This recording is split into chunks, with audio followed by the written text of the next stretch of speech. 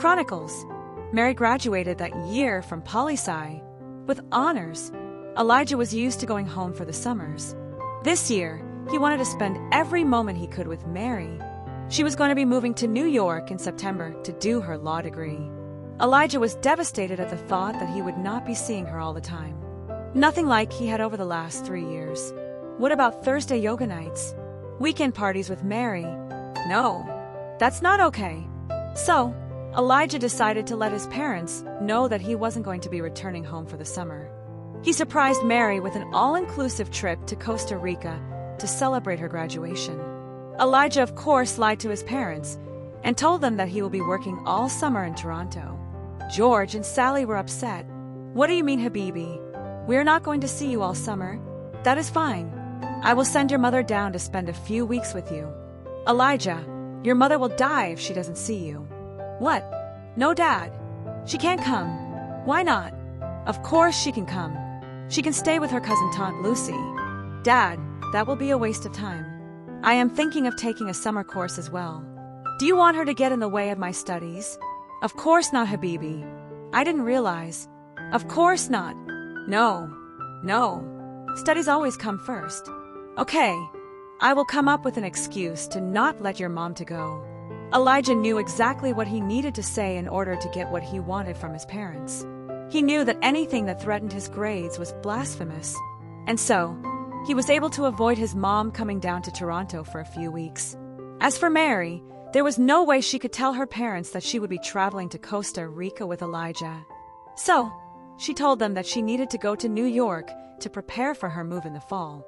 Her parents, now with the divorce almost finalized, barely noticed the inconsistency in the dates that she had previously provided. In some way, her parents seemed relieved that Mary was out of the house. They didn't feel the need to hold on to their marriage anymore. Falasha, it's everywhere. Elijah was so excited. Yes, excited. And so the time was set. They would be going to Costa Rica in the second week of July. He had done everything. He had booked the all-inclusive hotel. He planned the day trips to all the romantic spots in Costa Rica. He found himself counting all the great things that he had accomplished in planning this trip of a lifetime. He, of course, only booked one room for the two of them. He was so excited. Yes, excited. Traveling those days was so easy. Nehru's off 2001 would change that forever. But it was 1996, and traveling was so easy in 1996. Elijah prayed that he would see no other Egyptians at Pearson Airport. Mary met him on the other side of customs. They both made it to the gate. Elijah thought he was in the clear. He reached over to hold Mary's hand. It was the perfect moment to lean over and whisper something about how excited he was to spend these coming 2 weeks with her. As he began his lean-in, he immediately released Mary's hand and continued his momentum all the way to the floor, pretending that he dropped something. "Elijah, Uncle Ibrahim, what are you doing here? I mean, why are you here? I mean, hi, Uncle. How is Tansalwa?" "She is good, Habibi." "And where are you going?" "Baba will be so happy that I saw you." "Oh, Uncle." I am surprising him. He doesn't know that I am traveling. Please, I'm going to get him a special gift for his birthday from Costa Rica. It is a special, type of, well, it's a surprise. Please don't tell him." "Of course, Habibi. I am so happy I saw you. I am on my way to America, that is how one says America, to visit my cousin Marco." "Well, Habibi, be good. Enjoy Costa Rica. I hear there are lots of wild animals there." "Okay. Safe travels, Uncle. I'll watch out for the tigers." Elijah breathed a sigh of relief. How horrible would it have been if Uncle was on the same flight as them? Can you imagine? Thought Elijah. Fantasia, the Greek word for demonic warfare in which a person becomes completely disconnected with reality and lives completely in a world of fantasy. Not talking about fairies and elves here, but the kind of fantasy where one imagines themselves to have a perfectly romantic 2-week trip in Costa Rica with no conflicts, difficulties, or challenges. The kind of trip that Harlequin books are made of. Passionate, circumstances always falling into place perfectly. Sunsets right, left, and center. Besame Mucho constantly playing as a theme song in the background.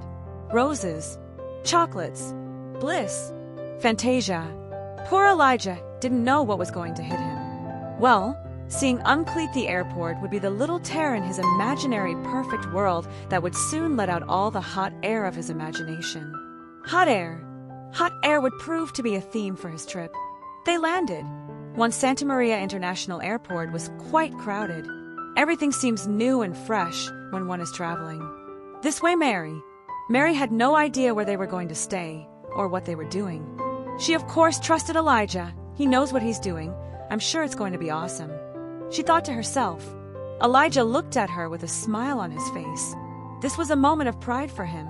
He wanted every second to be a surprise. Where are we going? You'll see. Come on. Just tell me. We are going to a place called La Fortuna. We are going to the Arenal Hot Springs. I can't wait for you to see it. The travel agent said it was absolutely amazing and the most romantic.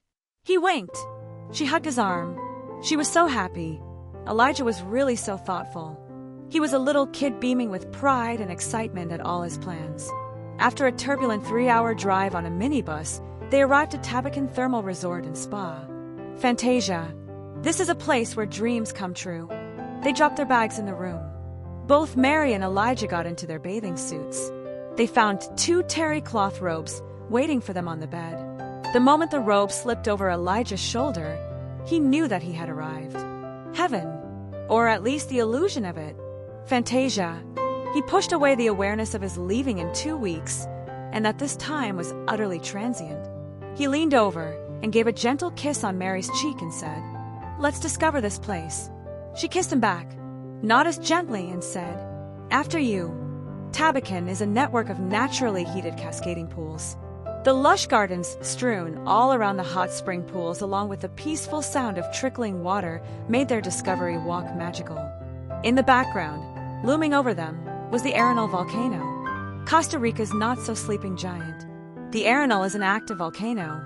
Hot air shoots out of its enormous mouth. As Elijah stared at the volcano, he too had an enormous amount of existential angst that kept being compressed inside of him. His childhood, his high school rebellion, his parents, his schooling, his lack of peace, his guilt at sharing a hotel room with a girl he wasn't married to. They were acting like they were on their honeymoon. All these inner struggles were kept in, safely. Some hot air would come out of Elijah at times. But now, he wanted to get lost in the beauty of his surroundings. Mary and Elijah spent the afternoon going from one hot spring to the other. So what do you think? Elijah, I can't believe we are actually here. I am blown away. Me too. Mary, I just wish time could stop. I am so content here. The view, the weather, everything is perfect. Are you happy with the room? Are you kidding? Did you get a chance to look out from the balcony? The view is incredible. Right. You really outdid yourself. Thank you. I am in love with you. Mary's heart stopped. Elijah had never said those words in the last 3 years. He said many things, but never, "I am in love with you." She melted. She looked at him. "I am in love with you too." They both were lost in the beauty of what just happened. Fantasia. In the early evening, they got dressed and decided to go for dinner. The Tabakan restaurant had gone through a major renovation in the early 90s. The food here was more traditional to Costa Rica. This, of course, was very authentic. Both Elijah and Mary were so excited for the experience. This first official Costa Rican meal was the traditional rice and beans. Elijah ate and ate. I think the romantic setting and the hot springs must have drained him completely. So he ate and ate and ate. It is important to note that beans have the same effect on humans, whether they are in Egypt, Canada, or Costa Rica. That evening, the Arenal volcano reminded Elijah not of his internal struggles, but of something so much more concrete, his bowels.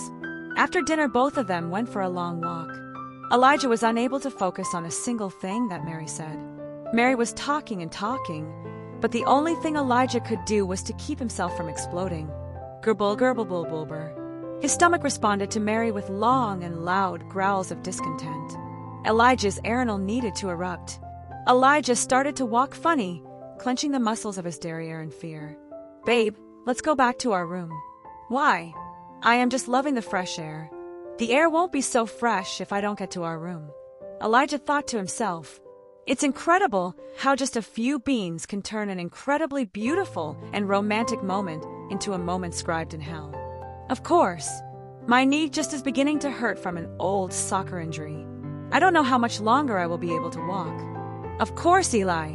Of course. Let's go back. Elijah was now walking like a penguin. Shifting from side to side as he held his own hot air made him look ridiculous. Mary was oblivious to the extreme anguish that he was in. Fantasia had dissolved. Sober panic was all that was left. Once he arrived to the room, he could hide it no longer. He ran into the washroom, and within moments, the active volcano erupted. Elijah, on the way in, had turned on the tap to cover the sounds that would come out. The tap. Everyone knows that the tap cannot cover any substantial sounds. Elijah had to numb himself to the unfortunate turn of events. One moment he had told her that he was in love, and the next he is doing the penguin pupa dance. Devastating. Hot air. Oh, if it was only hot air, Elijah's woes would have ended there. To his overwhelming horror, not only had the tap not covered the sounds of World War III, but he had clogged the toilet. That is right. Ladies and gentlemen, he clogged the toilet. The water wouldn't stop flowing over the lip of the toilet. Elijah was now sweating as water was making its way to the door. Soon, there would be a breach. Doom. Death. Elijah wanted to die as the water crossed the threshold of the bathroom door. Both the water and the smell crossed over. He flung open the door. Mary, get on the bed. What's happening? What's going on? What's that smell? Elijah could not look at her in the eyes, let alone answer her questions. He ran to the phone and called for the concierge to come and clean up after him. That's right. He needed someone to clean up after him. It took close to an hour for everything to be cleaned. Elijah's terry cloth robe was collateral damage. Elijah was quiet. Mary tried to make him feel better. That night, Elijah slept on the couch. Fantasia was no more. Arenal had won. That night, his guardian angel smiled as he watched over Elijah asleep on the couch.